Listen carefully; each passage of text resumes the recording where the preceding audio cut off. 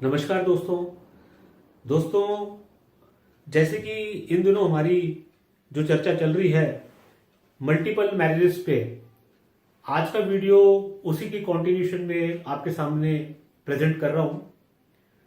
दोस्तों, आज के वीडियो में मैं आपसे ज्योतिष के एक ऐसे योग के बारे में चर्चा करूंगा जो इररिस्पेक्टिव ऑफ जो सब्जेक्ट चल रहा है मैरिज का, इसके अलावा वो हर एक की पत्री पे एप्लीकेबल होगा। जिन जिन की पत्रियों पे वो बनता है, वो यदि वो लागू होगा तो उससे जुड़े हुए जो प्रभाव हैं वो आप देखेंगे। दोस्तों, ज्योतिष में इस योग का वर्णन है कि हर भाव के कोई कारक ग्रह बताए गए हैं।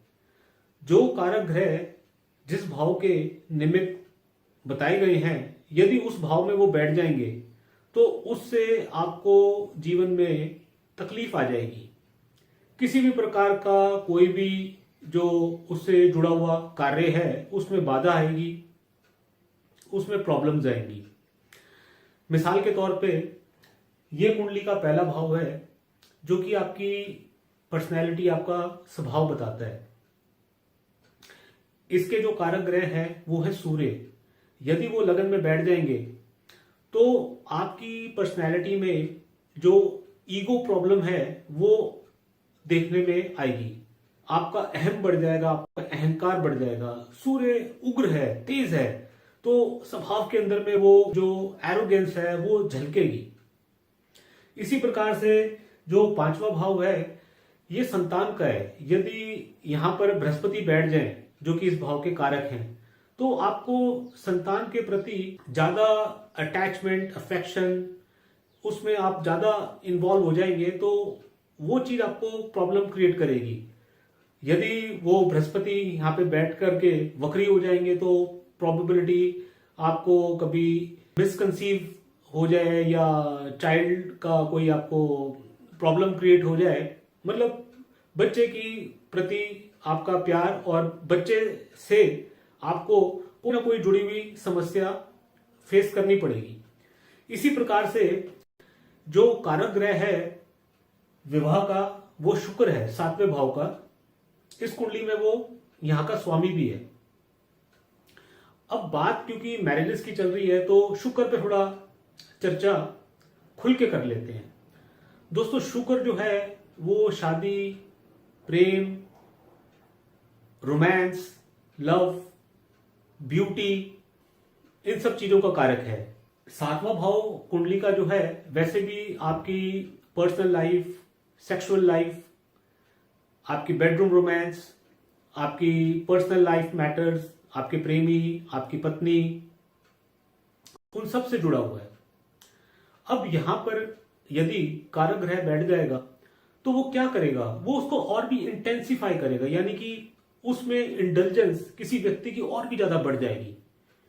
शुक्र यदि किसी का बलवान होगा तो एक तो उसकी खुद की पर्सनैलिटी खूबसूरत, अट्रैक्टिव होगी।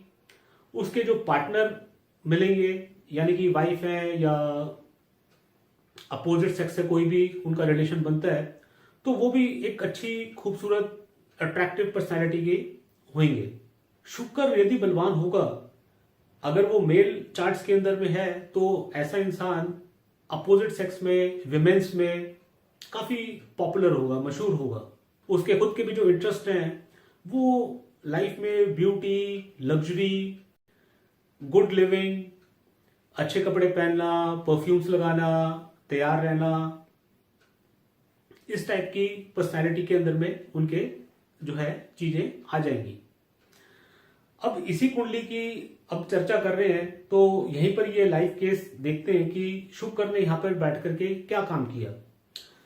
दोस्तों, ये जो कुंडली है ये बहुत ही मशहूर कारोबारी की कुंडली है, जो कि होटल बिजनेस में इनका काफी बड़ा नाम है और इनके चेन ऑफ होटल्स हैं। इनकी जो फर्स्ट वाइफ है उसने सुसाइड किया, उसके बाद में इनको दूसरी शादी करनी पड़ी। ये सब कैसे हुआ, आइए पहले वो योगों को जान लें। दोस्तों, ये लगन चार्ट है। सेकंड हाउस में राहु और 12वें में शनि। 12th हाउस अफ्लिक्टेड हो गया शनि से, सेकंड हाउस अफ्लिक्टेड हो गया राहु से, जिसको कि मंगल भी देख रहे हैं 8वें भाव से। जो लगन है वो पाप कर्तरी भाव में आ गया, यानी एक भाव पीछे क्रूर प्लैनेट का प्रभाव, एक भाव आगे, तो ये पाप कर्तरी योग बन जाता है, जिसे बंधन योग भी कहते हैं। तो इसके अंदर में जो लगन है वो कंप्रेस हो गया, सैंडविच बन गया। ये एक प्रॉब्लम का विषय है। सेकेंडली इसमें देखेंगे कि जो 7th लॉर्ड शुक्र है वो अपनी ही राशि में बैठा है, परंतु उस पर भी कोई शुभ प्रभाव नहीं है। मतलब शुक्र यहां पे क्योंकि अपने भाव में बैठ करके उस भाव का वो नाश कर रहा है। यही चीज आप देखेंगे कि जब वो नवांश कुंडली में वो राहु केतु एक्सेस में आ गया और उसको नीच के सूर्य देख रहे हैं। शुक्र वैसे भी आपकी स्पाउस का, आपके लाइफ पार्टनर का कारक है, आपकी पत्नी का कारक है। यदि वो किसी भी प्रकार से पीड़ित होगा तो ये बात पक्की है कि आपकी पत्नी को कोई ना कोई लाइफ में दिक्कत जरूर आएगी। अगर उसकी इंटेंसिटी कम है तो उसको वो बीमारी कोई ना कोई लग जाएगी। कई बार मैंने ऐसा नोटिस किया है कि लोगों का शुक्र पीड़ित होता है तो या तो चाइल्ड बर्थ में प्रॉब्लम होती है क्योंकि शुक्र जो है शुक्राणु है, या उसकी और तकलीफ ये भी हो जाएगी कि उसकी जो वाइफ है इस व्यक्ति की, उनका कोई यूट्रस निकल जाएगा या उनका कुछ उससे जुड़ी हुई कुछ प्रॉब्लम्स उनको आ जाएंगी, उनको गर्भाशय से जुड़ी हुई कोई भी प्रॉब्लम्स। लेकिन शुक्र यहां आ गया मंगल की राशि में, तो उसने ये प्रॉमिस यहां पे जनरेट कर दिया कि दूसरी औरत से भी संपर्क रहेगा और दोबारा भी इनकी शादी होगी। नवांश कुंडली में भी आप देखेंगे कि जो 7th लॉर्ड है वो शनि है, जो कि शुक्र की राशि में, और जिसमें कि मंगल भी साथ में बैठे हुए हैं। तो मंगल शुक्र की राशि में शनि के साथ, और शुक्र मंगल की राशि में। दोस्तों ये एक माना हुआ कॉम्बिनेशन है, और मैंने अपने हर वीडियोस में स्पेसिफिकली इस बात का जिक्र किया है कि शुक्र का मंगल का कोई भी कॉम्बिनेशन बनेगा, ये एक दूसरे के नक्षत्र में होंगे, एक दूसरे की राशियों में होंगे, एक दूसरे के नवांश में होंगे, साथ बैठे होंगे या आमने सामने बैठे एक दूसरे को देख रहे होंगे। ये मल्टीपल रिलेशनशिप्स के योग हैं।